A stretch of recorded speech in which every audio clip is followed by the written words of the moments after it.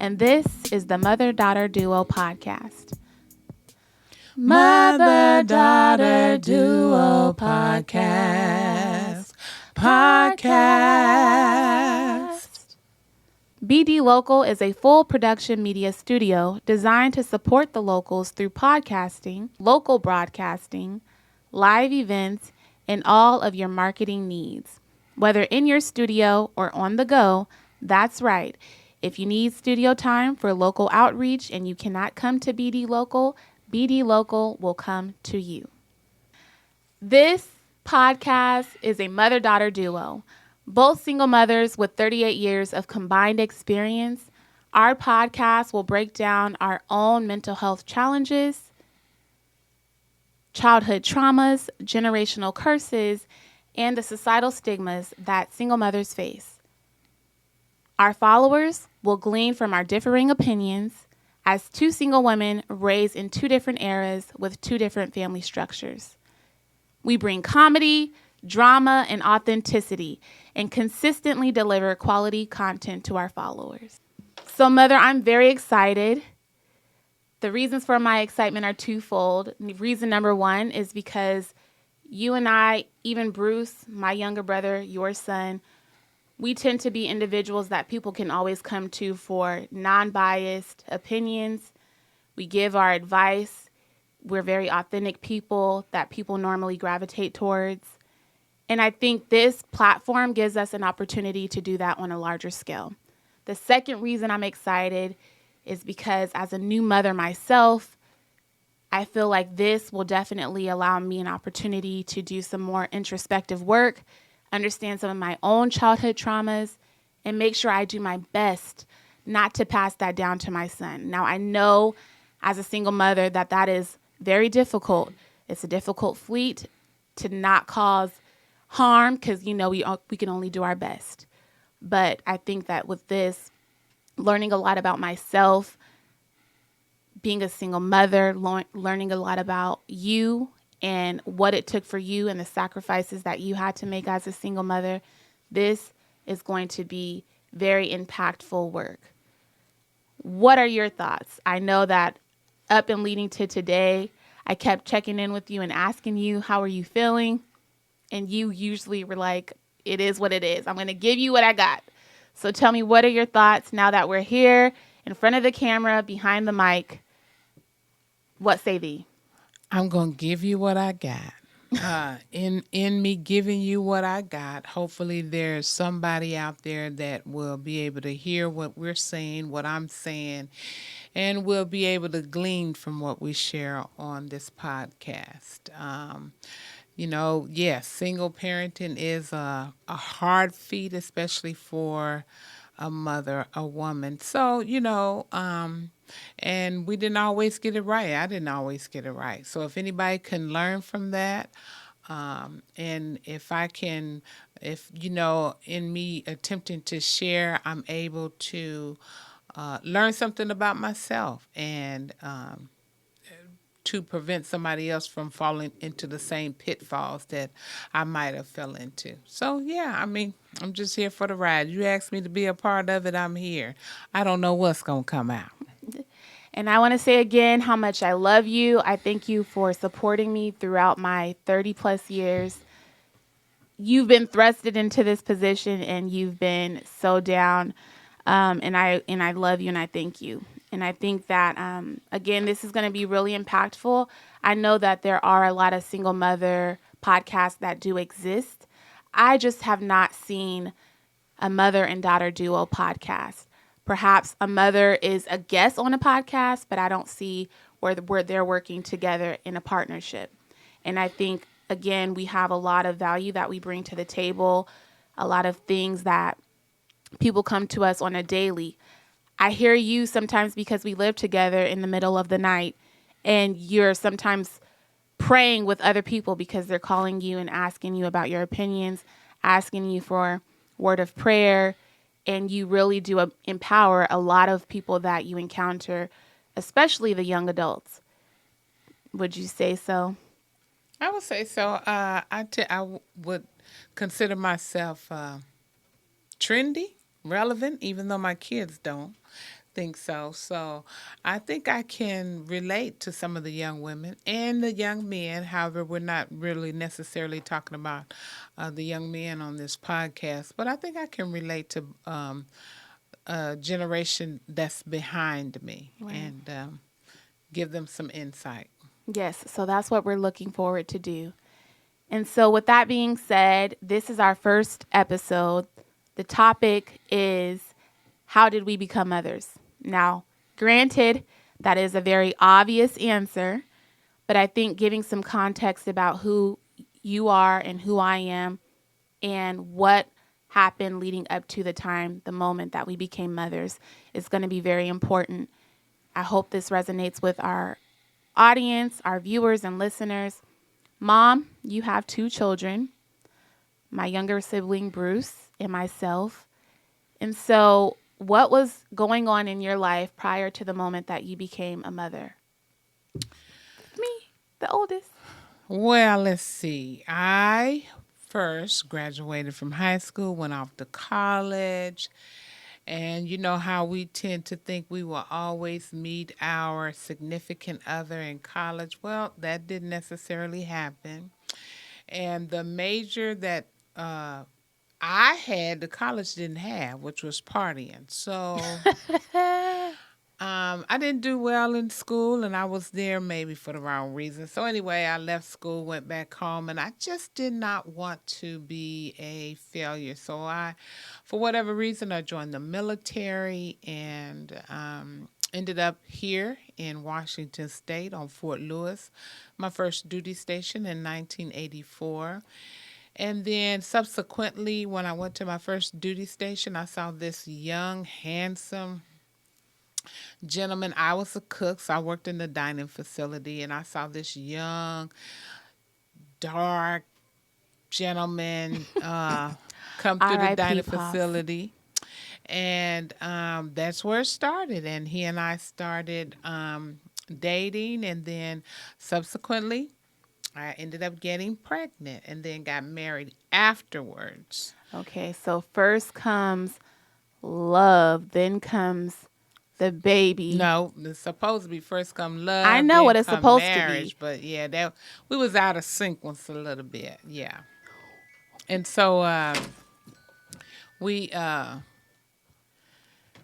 you know, ended Oh, up went on. having a baby, and here you are. And we got married, but the marriage didn't work out, and he went his way, I went my way.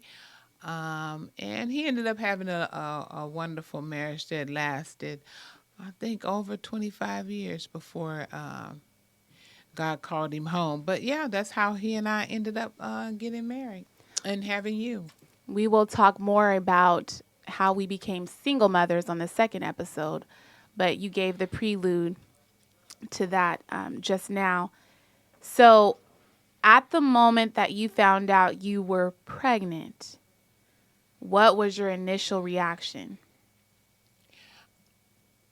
I don't think I was scared. I know we talked about this before, but I didn't have enough sense to be scared. When I was a young girl, I came from a family where my grandparents raised me. They had already had 11 children. All 11 of their children were married. And so I got an opportunity to see marriage and know what that looked like. And so from a very young age, I always desired to be married. Mm-hmm. And so because of that, and fast forward 20 some years, and then I meet your dad. So my mindset was, we would eventually get married, and we did. So I didn't have enough sense of mind to be afraid, scared, in fear. I didn't even think enough about being overwhelmed with being married and being in the military. It was just something that I just didn't think about. I was just excited about the fact of having a kid. So, even when you were, I wouldn't say estranged, but even when you were distant from your family, because you moved from where? I was in Chicago at the time. Okay, so you moved from Chicago to Washington State, in order to join the military, become a cook in the military. And so, even away from family, you still were okay about the fact that you would be here in a different state having a new child. Yeah, it just never dawned on me about support.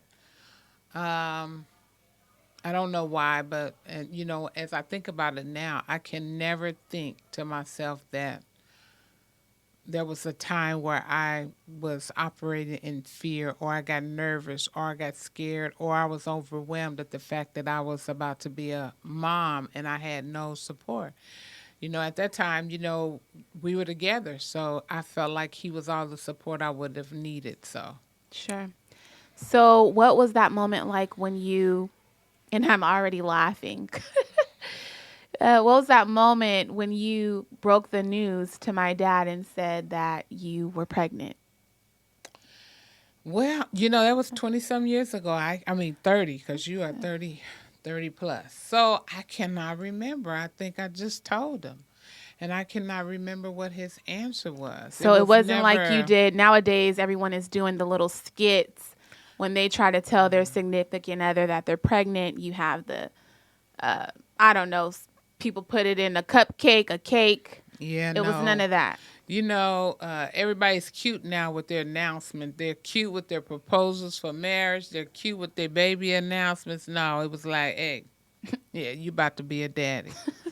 That's how that went. Okay.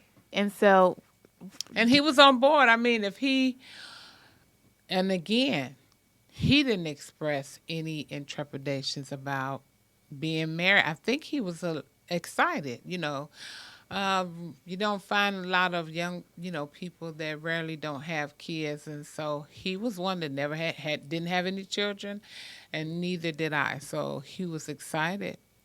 I think, if you I can hope. remember, yeah. And so, what was it like when you told your family, when you told your mom? My mom was not excited. I think in her mind, she was thinking about me being up here in Washington all by myself. And she just didn't have All by yourself, meaning no support from no the support, family, right? although No you support. were with a significant other at the time. Yeah, she just didn't have a positive reaction to it. And not, I didn't have any, and at that time, I didn't know my dad's side of the family. So who else would I share with but my mother? And so, as I said, that wasn't a very positive reaction. So, I was basically just on my own, And you still thugged it out. thugged it out. So, what was it like the second time, almost 4 years later, when you had my brother Bruce? Yeah, that was still not a good reaction. My mother said, okay, so granted, when I got pregnant with you, your dad ended up being transferred to Germany. He actually had to take leave to come back to Washington State so that he could be with me when I had the baby. Right. And so all of his old friends were still here in the area, still in the same unit. So he was hanging out with them a lot and doing stupid stuff. And so fast forward 4 years, and I have my son, and his dad got sent to Germany. And so my mother's attitude was, why are you always getting with these men, always going somewhere? That was just her attitude. Mind you, you're all in the military because you Still also in the met my military. brother's dad in the military as well. Yep, and his dad went to Germany too. So her attitude was like, okay, you always getting pregnant and the joker's always leaving. So yeah, it wasn't, oh, I'm so happy for you. No, it wasn't none of that. She was like, why are you doing that to yourself? So again, I never thought about how hard it was going to be being a mom. And now I got two. So you have to remember, though, in between there, well, let me back up a little bit. So I was a little bit leery when I got pregnant with my son, because in between, and as the marriage broke down with your father and I noticed it, I had wanted to have a second kid. but I kind of noticed some things that he was doing that I was like, and I had stopped taking birth control and everything. But when I noticed some of his behaviors, I remember I went in the bathroom and I popped about 4 birth control pills at the same time. Because I was like, oh, I am not about to be pregnant. So I did, as my memory is coming back to me, I remember doing that because I was like, I am not about to be single. It's bad enough that I got 1 kid. I'm not about to be out here and be single with no two So, what did kids. you think popping 3 and 4 I don't birth know, control? just immature. You're not really thinking. You don't think about how sick you're gonna be, and birth control pills make you sick when I you can't don't take them imagine with what it them. was like Oh back yeah, then when you were yeah, taking birth yeah. control. I was like, oh Lord, I went in the bathroom. Yeah, I popped some pills because I was like, I'm not Not about to have plan no B. two. No, I'm sorry. Yeah. We believe in pro choice, but we also do believe in you make your decisions. But not plan B. You pop for birth control. Yeah, I popped out more than one because I was like, I need to make up for them days I didn't take it because I'm not about to be out here single with 2 kids. So yes, I did. I remember that. And then I remember asking you, what was it like being in the military and having children? And I remember you told me a story about, you would still be going to basic. And there was one time where you had me, you said you had just found out you were pregnant, stomach was still Oh flat. yeah, yeah. I think I was like a month in after finding out I was pregnant with you, and I had to go to the field. And so, I'm just immature because, to be really honest, and this is not putting her on the spot, my mother was never a very informative woman. Never. And I think my mother suffered from her own whatever things that she might have had in her life. I don't know, and I'm not saying that, but she was never very informative at all. So there was never a time where she sat me down and talked about what could potentially happen when you have children. That was never a conversation I Right. ever had with her. So I was just immature and ignorant to being pregnant. But happy at the same time. You understand that this is the way the body works. So I had to go to the field, and I was like 1 month pregnant, and we're in a Jeep, and the terrain is really horrible. So we just going Y'all, up and down and really big bumps, and all my mind, and I think it stressed me out so bad because all 1 month in. my mind could conceive was my baby is like flipping over or doing whatever in my womb. I just didn't have no concept of what it looked like, Oh, bless your being heart, pregnant. baby So girl. yeah. So yeah, had to go to the field with her, and then 4 years later, here I am, uh, in the field, and at this point, I think I was like 5 or 6 months pregnant with my son, and had a commitment to the military. And this time, I didn't have to necessarily go out into the field, but if you're from this area and you are familiar with Yakima Firing Center, From this area being Washington State. Washington, but we're talking about military when we did all of our field exercises. Most of them were over in eastern Washington and Yakima. And they had barracks over there. So sometimes you had the fortunate a grace to stay in the barracks, but for the most part, your job, you were required to be living outdoors in the field, in that terrain, in the elements. You are the real MVP. And so this time when I went to the field with my son, I was about 6 months pregnant, but I didn't have to go to the field. I was in the barracks part. And I remember a young lady that I'm still really good friends with today. She was a lieutenant in the Army, and she was in an infantry unit. Figure that out. And her name is Karen Watts Jones, if she Shout ever out to sees Mrs. this. Jones. And she saw me in the mess hall, and she said, "What are you doing out here pregnant?" I was like, they told me I had to come. And so she made it her point to watch out for me. From that point on, while I was in the field for 30 days, pregnant, wearing my maternity uniform in the field, but in the barracks, and she made it a point to watch out for me the whole. And we are still good friends Still in now. ministry together We're today. in the ministry. We happen to go to the same church. I didn't know that church at that time, but she was had already affiliated herself with that church. And we've been here in Washington a long time. So yeah, she watched out for me, and she's still a good friend over 30 some years ago. Speaking of 30 something years ago, you are a mom of grown adult children. Yeah.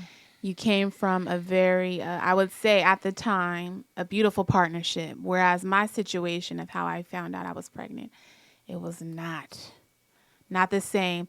I was just coming back, moving from Las Vegas. I believe it's 2018. I had started a job or a position prior to moving back with AmeriCorps, and my position was working at the United Way King County location in Seattle, King County, if you're unfamiliar.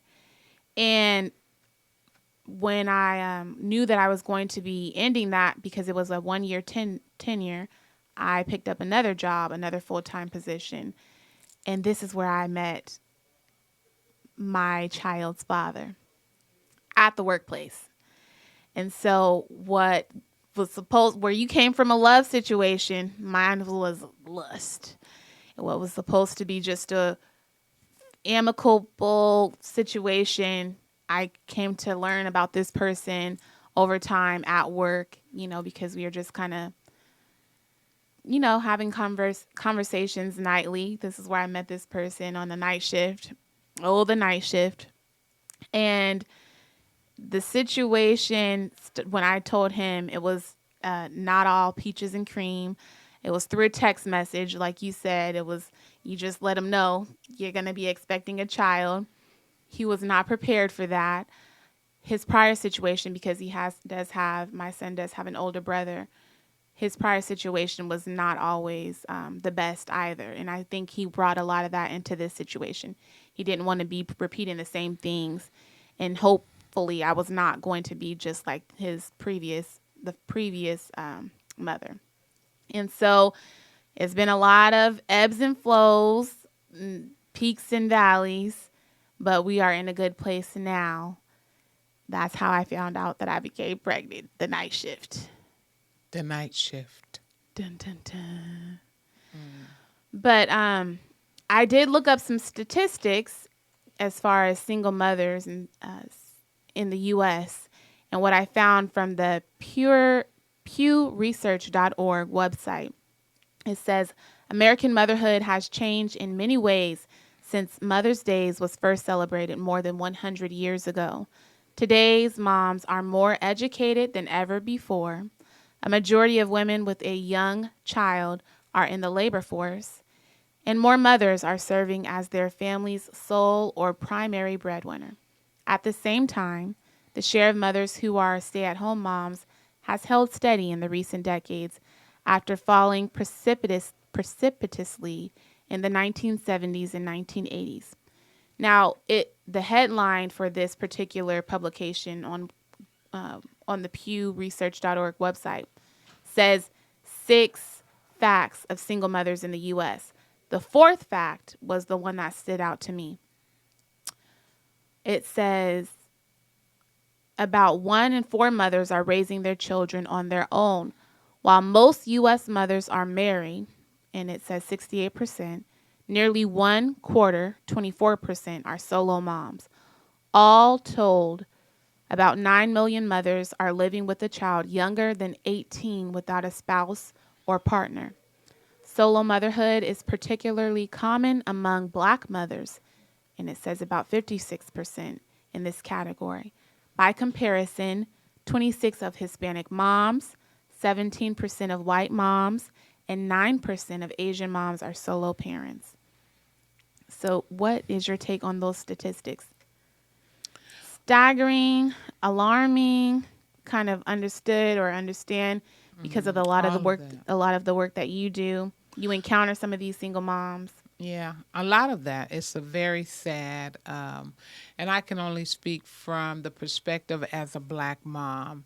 Um, it's just sad to see that, because that was not always the case in my prior generation. So before me, Right. my You grew up my knowing parents, I marriage. saw marriage. Right. I saw that foundation of marriage. And so when my generation came along, I don't know, it became a little bit lax as far as what our expectations are of men, and then getting into relationships, and the importance of having that, and importance of having a foundation where you're both on one accord. And it's sad to see that has been broken down. The ideal of what marriage is now is not everybody's ideal anymore. Everybody is okay with living together. Everybody is okay with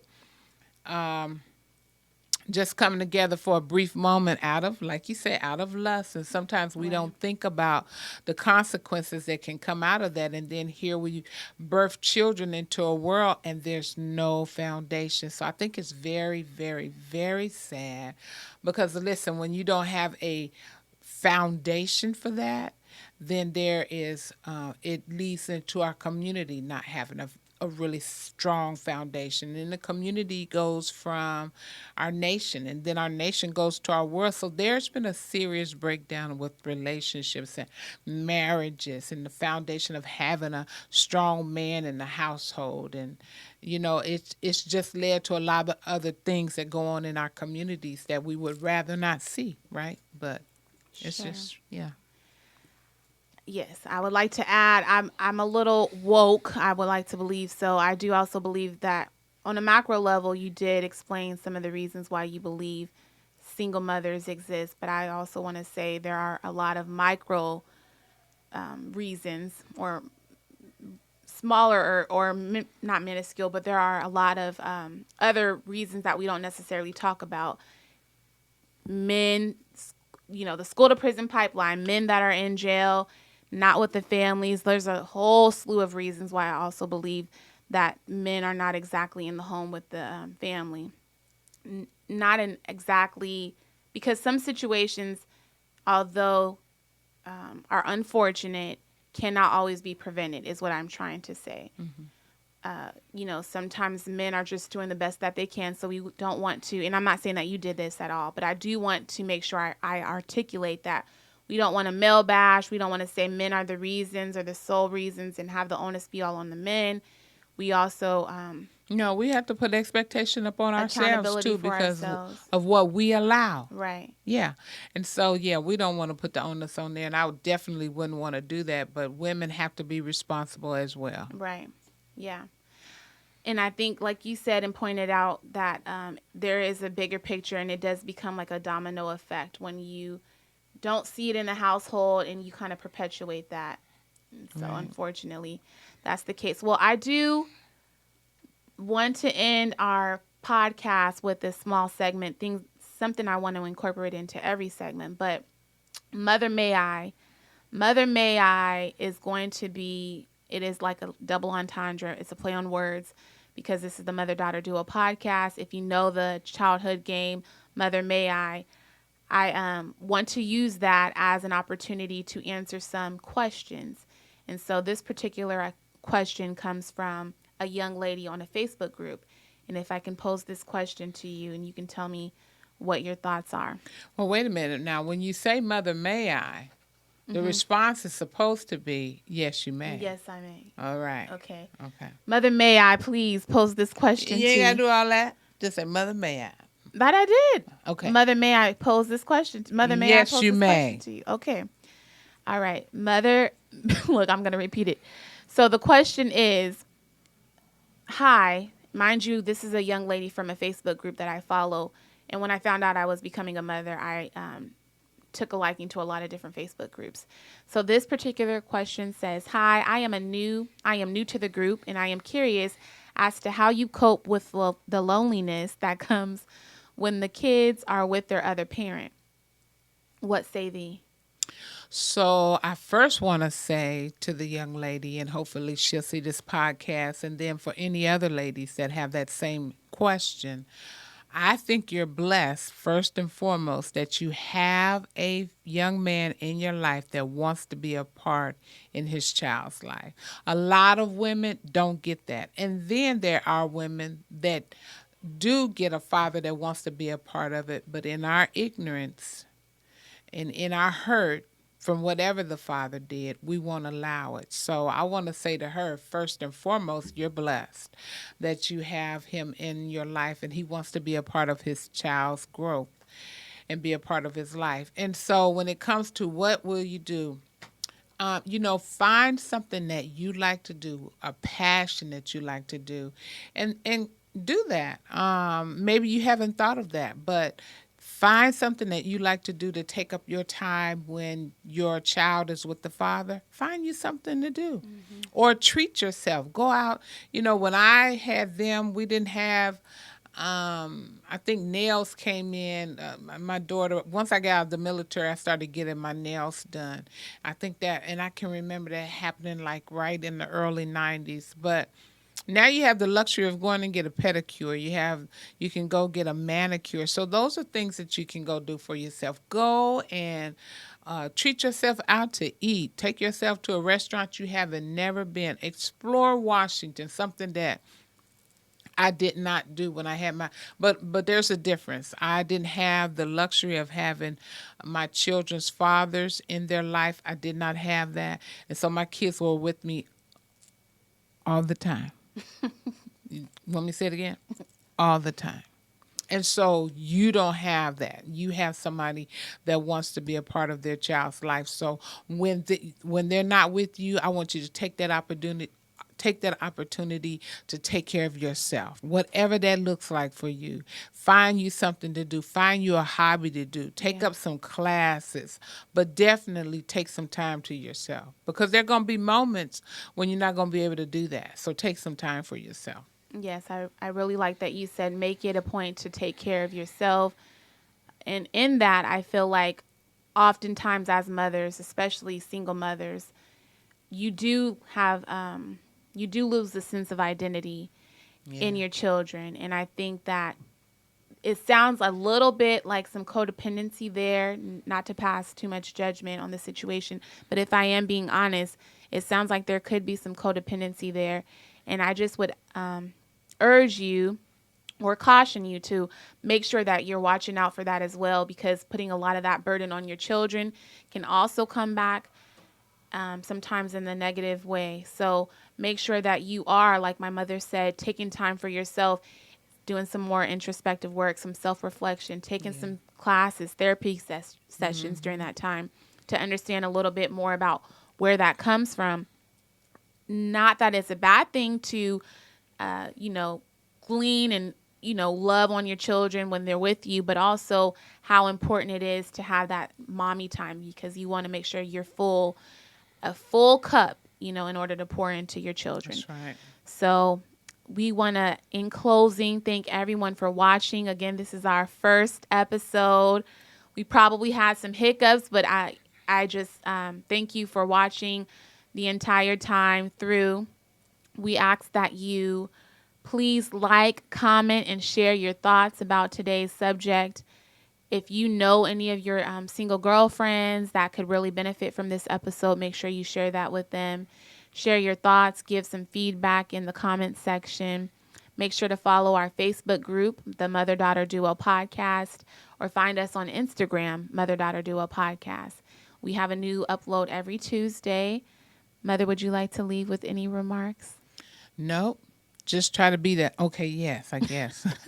Just be the best you can be at this point in your life, whatever that is and wherever you are. Be the best that you can be for yourself. All right. Bless. Peace. Bye. Mother Daughter Duo Podcast.